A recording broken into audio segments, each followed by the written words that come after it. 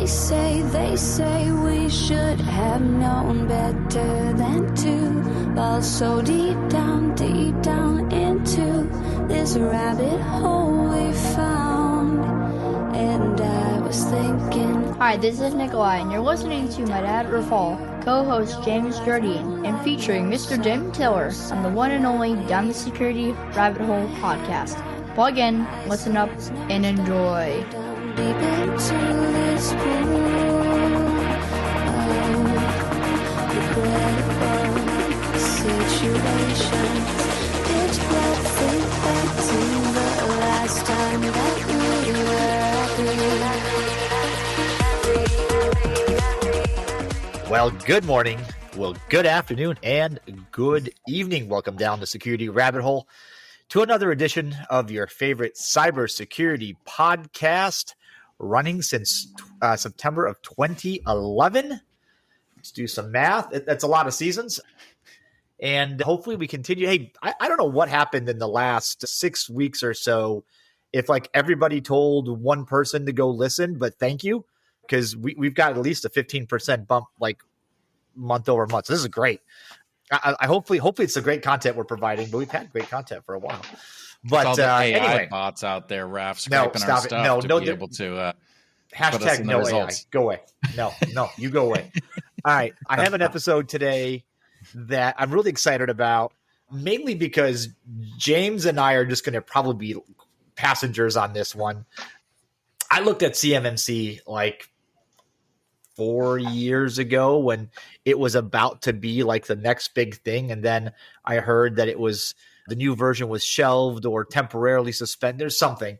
And then Bo hit me up and said, hey, there's a new thing coming out. We should talk about it.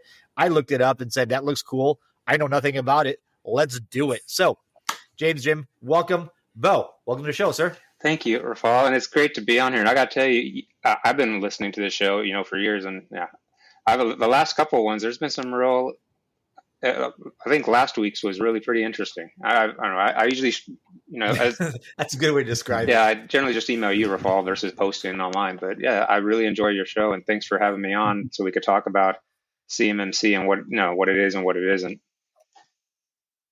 Yeah. So we've had you on before. You had a great presentation for us, and we did a whole like screen share and all that on building a security program. Guys, if you haven't watched that one, I don't remember how far back it is. It's not that far back. It's been in the last year, but you should definitely go look it up. I'll post that in the notes if I can remember to. But that's a great one. It's good to have you back. All right. It is, as we record this, it is end of September of 2025. CMMC, about where are we? What is it? Why is it in the news? And go. Yeah, hey, Rafal. No pressure. CMMC is just the enforcement mechanism for a rule that's applying to the, call it the defense industrial base, but I know now its name's kind of changing to the war industrial base. But the defense industrial base is supposed to have been doing these cybersecurity controls going back to December of 2017. So that all CMMC is, it's got everybody up in arms, is that instead of being able to self-attest, you have to actually get an outside agency to do it. And the DoD actually, instead of using ISO or some other organization, they went and actually created the Cyber AB back in 2020. And they now have got, 300 certified auditors that can actually go out and do it through about 60 companies to actually do these assessments. And I'm actually pretty excited about it because our company's been actually following the rule through self-attestation. We've been through DoD audits. And it's just a way to actually make sure we're protecting the data. And I know, Rafal, we've talked about this earlier. My background's in the DoD, and it was not a big secret that our adversaries were getting their information by going into the defense industrial base. And it was very obvious going back to when your show was brand new. I know that I was tracking this, and that we knew back then that the defense industrial base was a source of a lot of information on how on our equipment in the DoD. So this is something that's been around for a long time. And all that they're really doing today is just saying, okay, we don't trust you, we're going to verify, right? So going back to, okay. President Reagan back in Berlin back in 83 or so. I mean, it was like trust but verify. But that's all that's all it is, brother. So All right. Hey, Jim, you dabble in this world as well, which is why this is really just basically you and Bo going into it. But what is, for those of the uninitiated into the, as they call it, the DIB, Defense Industrial Base, the war machine for some others, whatever it is, what is DFARS? Either of you guys? I don't care. Somebody answer it. Oh. Yeah, it's defense. What it is, yeah, there's the Federal Acquisition Regulation is the rule that guides all federal spending. It's basically telling contracting officers regardless if you're in the Department of State, Department of Defense, or War, Department of Interior, no matter what, there's basically clauses in their Homeland Security. So it's Federal Acquisition Regulation, and the DFARS is the Defense Federal Acquisition Regulation Supplement. And it's a nuanced thing, but the contract clause is in the defense portion, but the actual CMMC rule itself, the program, is actually in the FAR in 32 CFR versus in 48 CFR. So it is something that could be referenced by other departments as well. That's something they did intentionally. We'll see what happens in the future. So think of they're actually in different sections of the federal acquisition regulation. All elements of the government, the federal government, IRS. You pick your poison. If they want to go buy something, that has all the sort of constitutionally approved languages that are going to affect providers that are going to be signing contracts. That's the language that goes in the contract. And then there's various titles and sections within there. One of those titles and sections is DFARS for the Department of Defense, or Department of War in this case. And in those, that contains the clauses. Those clauses stipulate requirements that are going to be in various forms like contracts in combination with certain statements that are translated into external requirements. For example, FAR will say, and DFARS for that matter, you need to be complying with, 800-171. Well, one of the things that became really complicated was which version. And so then that became an alignment. So you have all these kind of weird. Yeah, we can talk that for days. I mean, I don't know when I can talk on that in between 2 or version 3, but of course there was another publication by the defense on closing gaps. So there's a lot going on there, as an example. But that's what DFARS is where the language is. So when we're waiting for things to come out, like, for example, the most recent one, that sets the language that's going to establish what are some of the contractual requirements, in addition to new language for what it means to solicit the Department of Defense as well. So what does it mean for security? I mean, this sounds like to me, it sounds like paperwork, right? What does it actually mean for security, you guys? Because you're both on the have to be compliant side. What does that actually mean? A lot. Yeah. It is. Half of it is paperwork, right? Because but I would argue that's most audits. Almost every audit is show me what you say, and then show me that you actually do what you say. I mean, that's a lot of audits. But where it's challenging here is you have to have hundreds of pages of documentation, if not more. I mean, we have, because we've been doing this for years, we literally have tens of thousands of pages of documentation. But the intent there isn't the intent's not to drown them in data, right? You're not trying. This isn't high school or college where you get weighed, you get your grade based on how much your paper weighs.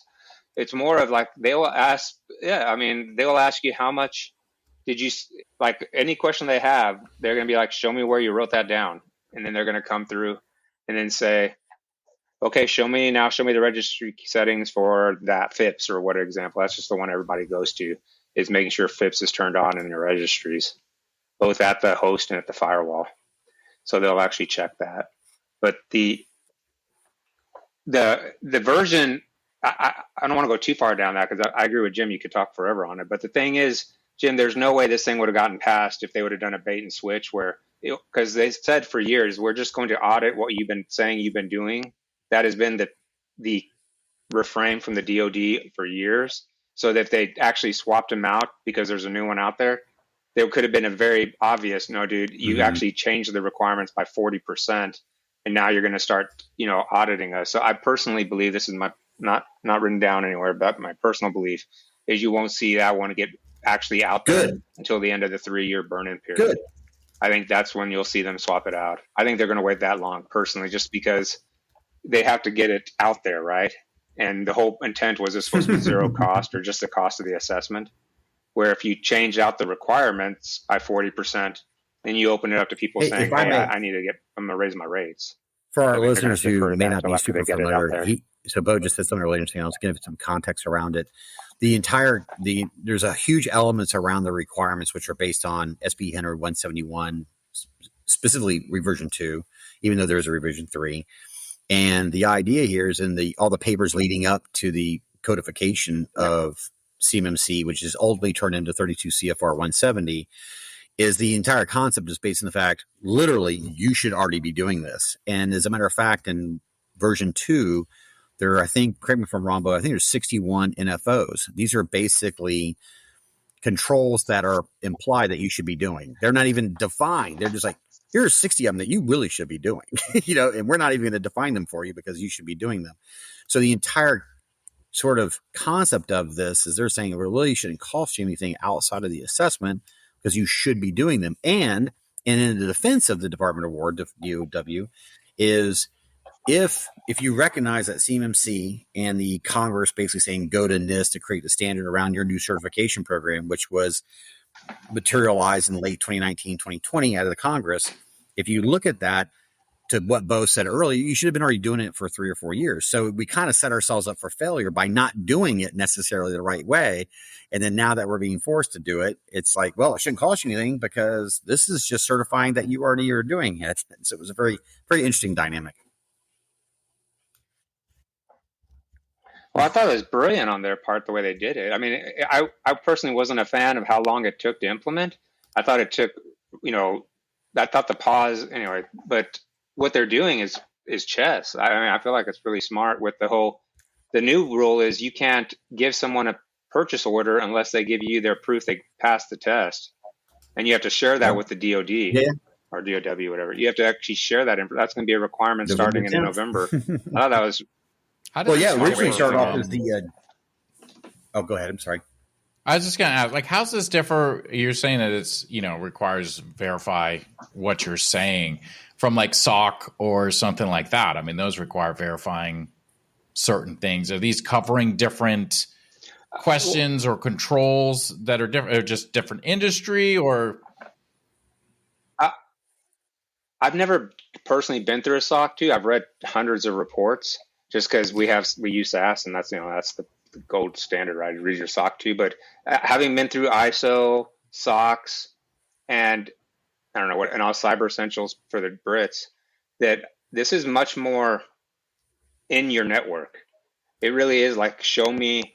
I mean, the paperwork's massive, but the actual thing they're looking for is like, you have to demonstrate to a much more I mean, I love my ISO auditors, but a lot of them are accountants.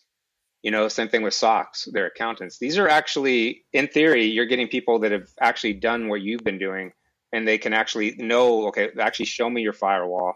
And they can actually tell when they look at the firewall whether or not you're actually implementing FIPS. Like they could actually look at it, as opposed to, maybe some other people you could actually go much higher level conversations. That's been my experience. Does it become more scoped or better scoped then? Because I know like SOC, you have the issue of, SOC report from this company could be different from that company because it depends on what's in scope and all that stuff. Is CMMC much more, this is the scope. Like there's no, like a report from you is the same as a report from.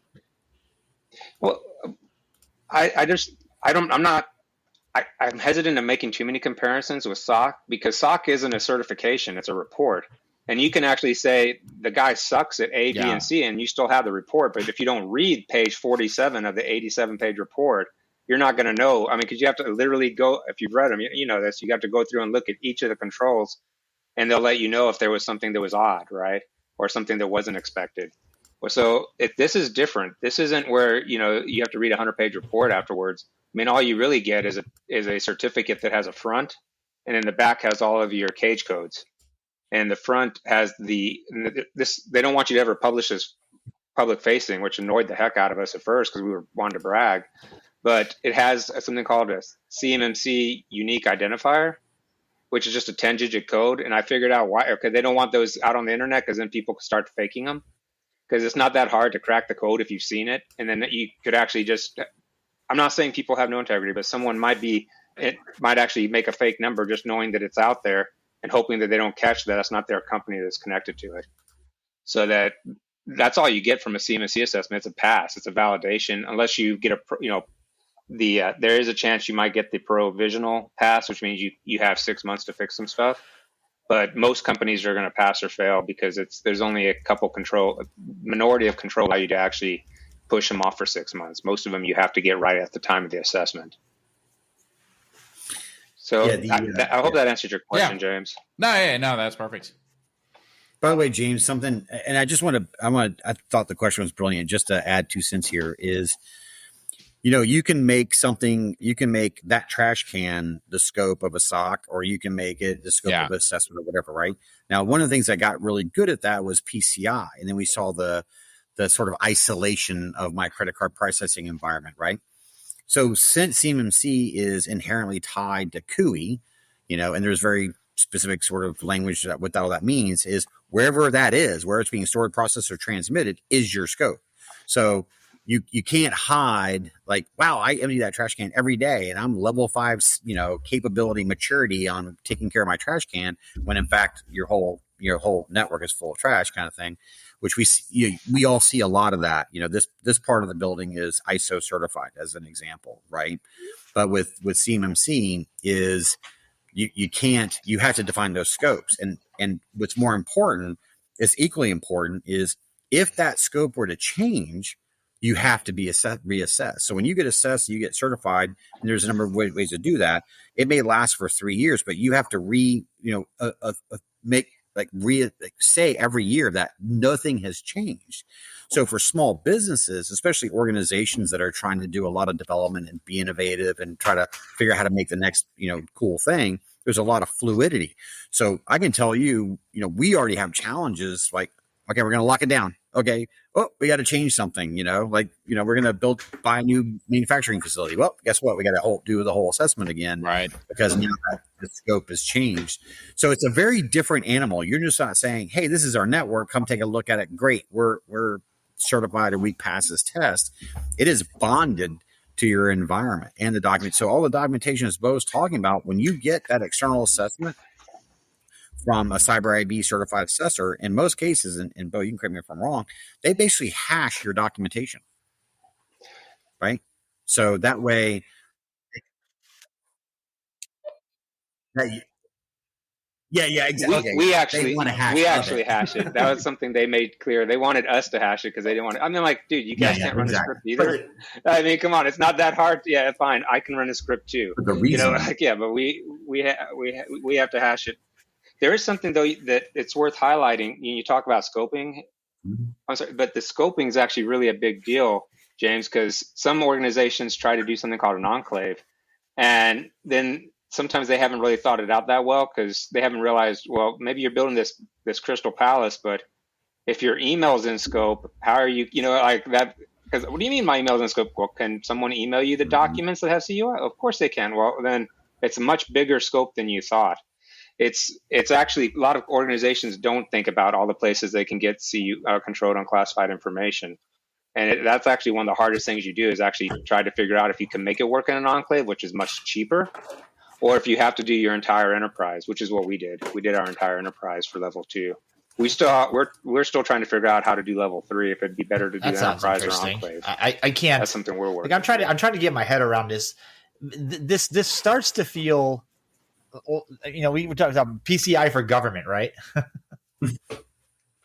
Bigger. Yeah, kind of. Yeah, I've done those audits too. Yeah, you're right, and they can. But I think, and this is where I get in trouble though, because I think there's a lot more ambiguity than I think there's a lot of desire to kind of make it nice and clean cut and stuff like that. But as you start to get into the nuance of it, is how is your assessor interpreting the standard and how it's being applied in your environment? And how did you interpret it? And how are you interpreting that? Right. So I've been in a number of environments where, I'll ask the question, I'll be right there in the Pentagon. I'll ask the question and I've been told straight up by a non-government official, I won't touch that with a 10-foot pole. And I'm like, wait a second, you're the expert. You're the guy that they brought in. You know what I mean? So there's when you start pulling back the covers, it gets very tricky, very, very quick. So Bo mentioned enclave, which we're using a variation of that theme, if you will. But if you're not careful, you'll have, I guess, like a better term, leakage. But then it comes down to is, what is that? So, for example, maybe Bo knows the answer, but like, is G code cooey? And you know what I mean? Right? Yeah. Yeah. Well, that's people talk about G code a lot, bro, Jim, and the DoD hasn't made an official call, but what's been talked about in several circles is not that most people don't want to treat G code as CUI. I mean, that's just the answers. Most organizations don't want to do that. I don't know if the DoD is going to let them get away with it. Well, yeah, I mean, that's the, I won't say that's the hardest question. Polite. That is one that I got would make questions. life a lot easier if you could just say that. But I think the net of it is that if you're like, a lot of the DIB is manufacturing, right? So the reason why G code is a very common thing is a lot of people are cutting and bending in metal, right? So 100%, yeah. And if you're dealing with any kind of like super serious stuff, you're going to be IL 5-6 anyway. So you're in a different spectrum. So a lot of the people who are impacted by that, especially the level 2, these are challenges. And then there's variations, like what is considered, so basically when we're talking about scope, what I'm trying to say is, as you start to look at your scope and controlling the flow of that particular data, it becomes very difficult to understand where is that boundary in some cases. How far does that control responsibility go? And that's where it gets a little tricky as well. Well, I don't know. I don't want to be combative about it, but I'm like, the organization can actually set, their manufacturing equipment shouldn't be public facing. So, I mean, there should be ways they can use firewalls to actually limit the control so that you can actually, it doesn't matter if it's CUI or not, because you can still have it in there. Because as long as it's blocked from the internet, we did this through software. You can actually show it's an isolated environment and you can protect it. It's not like it, you can actually, because I know people are like, G code's hard. Well, it depends on how you build your environment and you make it so that area is like completely controlled. So even if whatever's in there is safe. You can show that, Jim. I mean, you can actually, even small companies can do that. They've been talking about that for years, that you can actually show that you've isolated that environment. So like you're using, I don't know, thumb drive or whatever to get it over there. Or, you have a hole in your firewall into that section that can go from a jump box. But there are ways you can do that and show that. I mean, what I've seen with auditors from multiple government audits and from CMMC, they're reasonable people. When you show the controls you're doing to actually get stuff onto the manufacturing area, you can actually have compensating controls. You can actually show how you're sure. But I think there's a lot of advances in manufacturing, additive manufacturing, and digital engineering that require a lot more interaction. So it's not like you can put it on a thumb drive because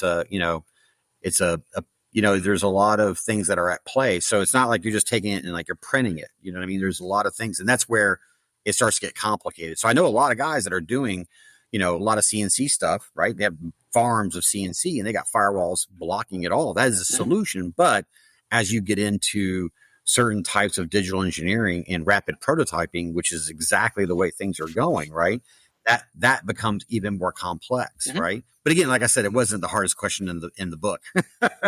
But I'm just saying is, as you start to to get back to James's question about round scope, is as you start to drop those walls down, something pops up and you're like, okay, here's how I'm interpreting it. How would an assessor interpret that control? And that's, I think, you having so much time and exposure. And you even said before, you're a certified assessor, correct? Lead assessor, if I remember what you said, right? So yeah, you're coming at it from a unique position because I would say you're one of what? 300? Right. Okay. So 300 maybe. Well, I'm probably the only one of those that's not doing assessments, right? Yeah, so one of the maybe 10% that don't do assessments, right? Hundreds of thousands of folks like me that can only estimate at this current point in time how the assessor is going to interpret that particular control. I think it would behoove most of these companies to spend $3,000 and become CCPs, professionals. I really do think there's some benefit for that. If your business is like, my business isn't dependent on this, there's a whole lot of value. And if not taking the test, at least go through the class, because you will learn, you'll get a lot out of them. Obviously I had to take both classes to get the certification I did, but we actually had 2 other people go through the first class just to help me, because multi-billion company, we're just under 2 billion. We want to make sure we don't lose our ability to lose our biggest customers, right? It's actually, obviously $1 billion issue for us, right? So that we invested in me and then also in 2 other guys becoming CCPs. Can I ask a question? So this is interesting. You guys go back and forth. What I want to know is, when I look at something like CMMC, how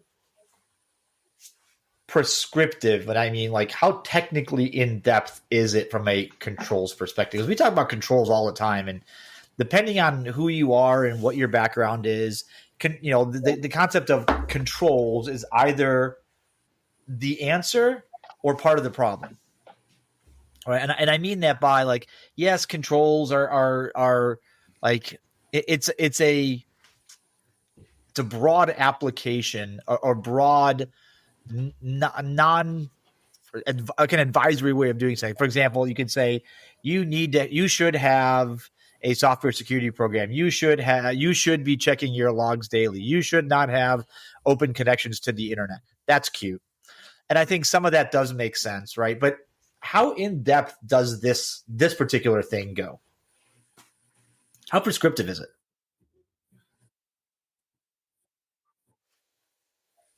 There's 320 actual test questions, right? Of those, half of them are documentation, approximately. Half are technical. Some of them can go really far down the rabbit hole as far as like mobile code. I don't know if Jim's had to do that, but we had to jump through hoops to prove that we were blocking mobile code. And that was a lot harder than I thought it would be, especially for a 1-point question. Like you could actually you could actually get this one wrong and still pass kind of a question. That it was actually fairly complicated. And then, of course, you have to show the MFA, multi-factor authentication, any time you're going all over the place. And then, like I said, FIPS, they get in. So I would say maybe 100 out of the 320 ballparking are actually fairly technical. And I don't know, Jim, if you've gone through it. I've never tried to list them like, oh, this one's a pain in my keister. This one is just documentation hell. But, like, I've never tried to scope them that way. But I would say at least a third, maybe a quarter to a third are very 100% agree. And I think also, and I would add to that, about it. There may be an aspect, and I won't go into detail unless you guys want to know, but like, for example, wireless or dealing with authenticating mechanisms. So he mentioned, for example, MFA, and there are certain sort of things you must have in place. By the way, just to put it out there, security information by default is CUI. We haven't talked about that, right? So the CMMC is about protecting CUI. No, it's right there in the law. Well, that's a nuance thing. I don't know if we want to go that detail. It's security protection data is protected the same as CU, controlled unclassified information, but it is not. It has the same requirements. Information. But that's a big one. Anyway, I don't want to go down that because it has the same requirements. But I'm okay with that because I'm hoping my security information would be protected, because if that got out, I mean,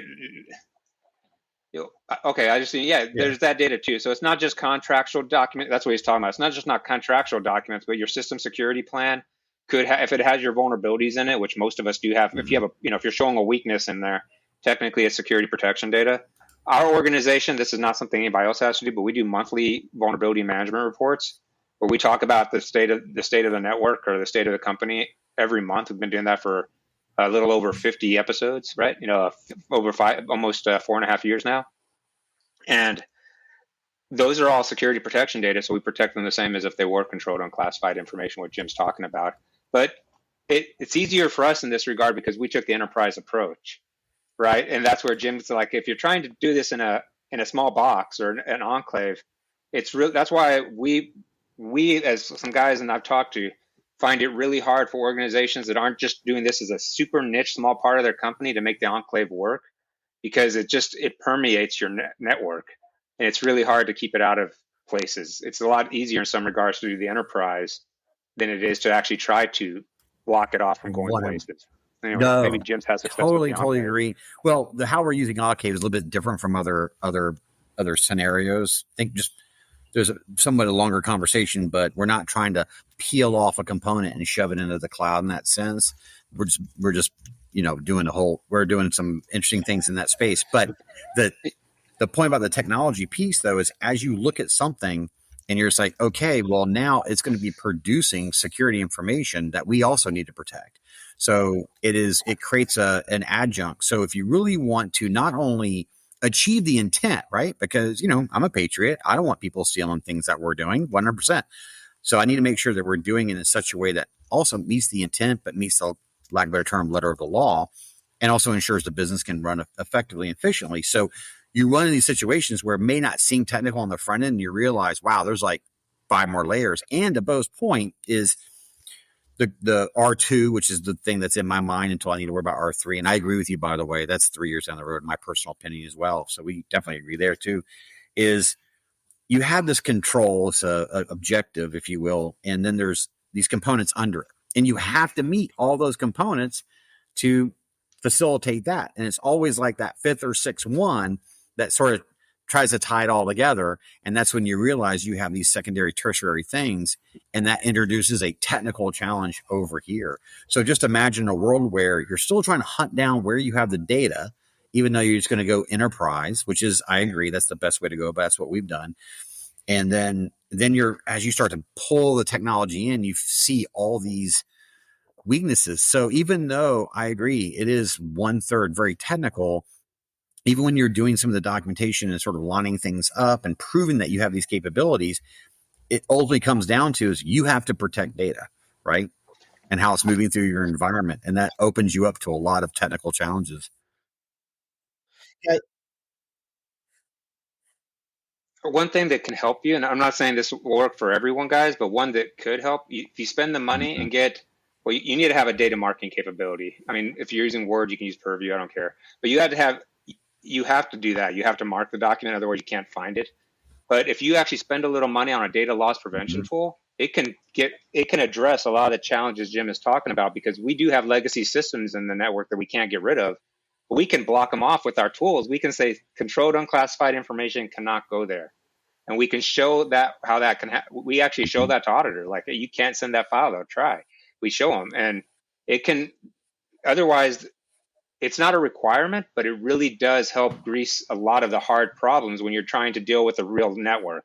I mean, everyone deals with legacy. I mean, that's just, I don't care who you are, unless you're a home office, you have to deal with, there's going to be some reason you have some old stuff in your network, and that can save you. It's really helped us being able to use a data loss prevention tool as almost like an application firewall, right? We can actually stop stuff from going to places we don't want it to, and it's unemotional. That's the best advice.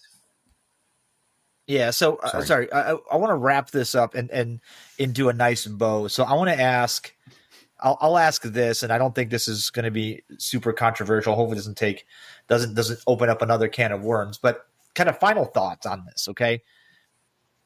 As with any regulation, there's always the debate over, is it too loose? Is it too tight? Does it exclude? Does it make it difficult for companies? Does it make it too easy for attackers? Where does this particular one, and I'll give you guys both a chance to answer, but where does this particularly lie in your opinion, of course, right? And Bo, I want to start with you because you're kind of the assessor or the auditor.